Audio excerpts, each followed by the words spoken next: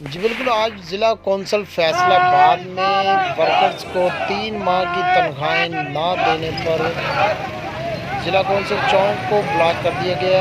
ZCF और workers convention की तरफ से ज़िला कौंसिल चौक में एहतजाज किया जा रहा है। MCF और ZCF यूनियन काउंसिलर जानब से एहतजाज किया जा रहा है और ज़िला कौंसिल को चारों तरफ से बंद कर दिया गया है।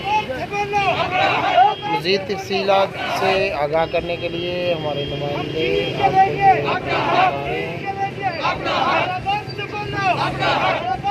नाज़रीन को अब एहतजाज की तरफ लेके चलते हैं। 3 माह से महरूम वर्कर्स को 3 माह से तनख्वाहों से महरूम करने पर वर्कर्स जो है वो सड़कों पर एहतजाज के लिए निकल रहे हैं।